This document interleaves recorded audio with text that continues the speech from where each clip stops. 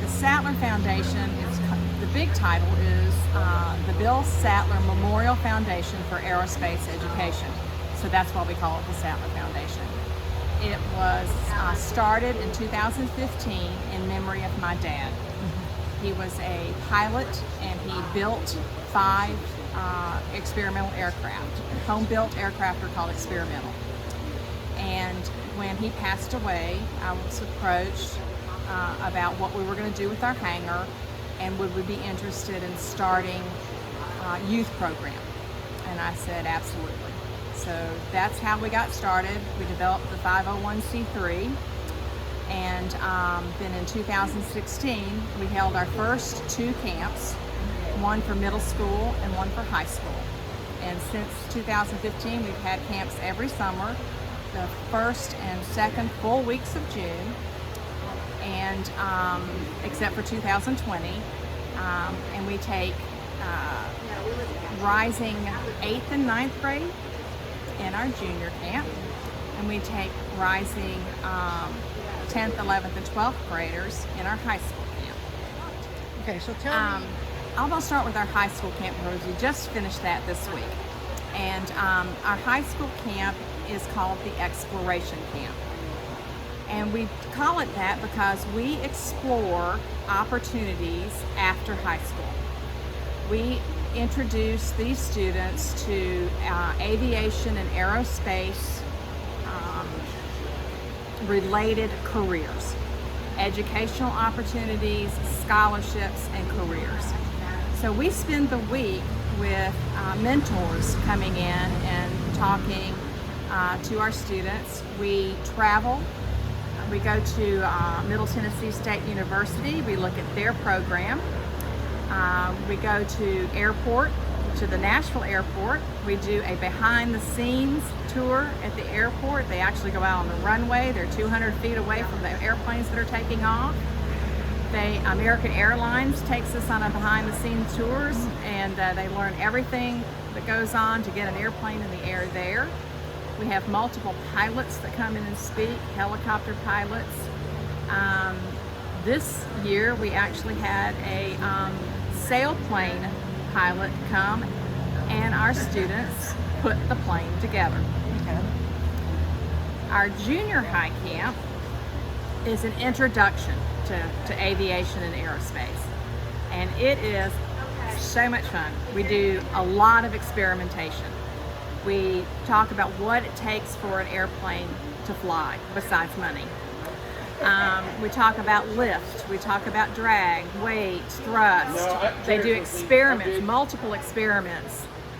They build balsa model airplanes with their own designs, and we have competitions to see how they fly, and they adjust them, and from what the principles that they've learned, they know how to adjust the weight and balance on the plane to get it to fly farther. We have an air traffic controller, a retired air traffic controller that comes in, and we, in our hangar, have laid out a runway, and we actually take airplanes around, and he calls signals, and he tells them all the things that they have to do, and they fly their little airplanes in the traffic. They do tour the airport here. Ms. Heather Bay from Direct Flight Solutions gives them a wonderful tour of the Lebanon airport. We have a hot air balloon, weather permitting, that we do tethered flights, and they will be this next week taking the sailplane apart and putting it back in the trailer. So, and then we do experiments with fuel. In particular, we do nitrogen experiments to simulate rockets taking off. So we talk about all the nature of nitrogen, the nature of liquid fuels, and they build rockets. And so we talk about the nature of solid fuels, and they shoot rockets. And so it's just the junior high camp is a lot of hands-on, a lot of movement. You got to keep them moving. We only take 10 high school students and a maximum of 20 junior high students. So it's quite competitive. It can be quite competitive. Each student has to fill out an application, receive a teacher's recommendation, and write an essay. Our junior high students write an essay on why they want to come to camp. And we stretch the imagination a little bit of our senior high, and we ask them, what is the aviation and aerospace industry going to look like in 20 years? Today is Young Eagle Day. This is part of the Experimental Aircraft Association, EAA 863, here at Lebanon Airport. And they are giving rides to youth that are 8 to 17 years old. This is being done all around the country. It just happens to be Young Eagle Day. At the end of our camps, these pilots come in, even if it's not the Young Eagle Day. For example, next Saturday at the end of our middle school camp, junior high camp, these pilots would be back and flying our youth. So this is just a wonderful opportunity for anybody in that age range that is interested in aviation to come out and fly with a EAA pilot in one of their airplanes. Right. One of the nicest things that has happened with the Sattler Foundation, it has been a springboard for the EAA, and the EAA now has a youth program, and there's 20 some odd youth that are very active in their program. Our camp counselors come from the EAA program. They're the senior members of the EAA program. They do field trips. They have monthly meetings and they will go to museums. They will do activities in the hangar. They will go visit the individual hangars of some of the members. They will go and see how some of the members are building aircraft. They just try to stay active. They're active in the 5th Saturday breakfast that is done here by the EAA. They come in at 4 o'clock in the morning and help cook and serve as they have fly-ins here. You go online or come out here today, but you go online to EAA863.org, and it's got all the information on how to become a member. Okay. And the youth, there's no charge for you. It is free. And when you turn 18 and want to remain, I think it's $20 a year. Okay. They're at the second Thursday night of every month. There is a meeting in the Sattler hangar of the EAA, and that is a wonderful opportunity for youth to spend time talking to very seasoned pilots. There are there's the commemorative Air Force is on the Music City Wing. Commemorative Air Force is based here at Lebanon, and membership for them, if they attend 2 of their meetings, their membership is free. And that would be well, our youth are middle school and high school. okay. So there's not a specific.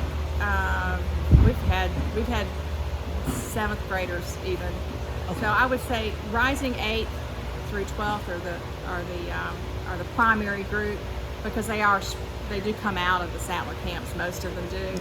Not all of them have gone to the camp, but that's where it started. So We started out with the Teachers' Night and educating local teachers. We market to the Wilson County area in particular, or just the Middle Tennessee area, because it is a day camp, and so students have to be brought and picked up each day. But we've had students from North Carolina that have come in, and parents have stayed in a hotel for the week so that the students can come. We have a Facebook page, and we have a website. Those are our 2 main ways of doing it. Janet Piper and Sue McPherson go to STEM nights at schools, and they go to anybody that asks them to show up will come and do a display. We're going to start doing a little bit more media advertising, especially since we're going to be getting some new equipment and concentrating and having more things available for students. Like for today, we are going to purchase simulators, tabletop simulators, and so now all these youngsters that you see sitting around here waiting for their brothers and sisters to come down from their airplane flight, we will have students at each of these, teaching them how to use a simulator, how to fly an airplane on a simulator. So we're growing in that. I liked all the hands-on work that we did, and the tours for sure, because they're really informational. With the camps, we went to Nashville B&A a couple of times. We've also been to MTSU, and that was great because I'm actually starting MTSU this fall to go in their aerospace program. Oh, okay. Well, I pretty much was an airport bum after camp, hung around and joined the EAA chapter, and I guess I was a member of the chapter for about 2 years, and then they finally had an opportunity for the rate to come up, and I applied and was selected. Okay. All right. Push your nose over. It's easier in real life after you Flying a simulator is much more difficult sometimes. Yeah, he's like, now that I've learned to fly, I can't fly the simulator. What's our The Glacier Valley on the final mission. Yeah, you'll fly the Glacier Valley, and you got to stay low. You got to stay. Remember in the movie? Yeah, when you get to a peak, if you don't roll over and come around like that, well, it takes too much to push over.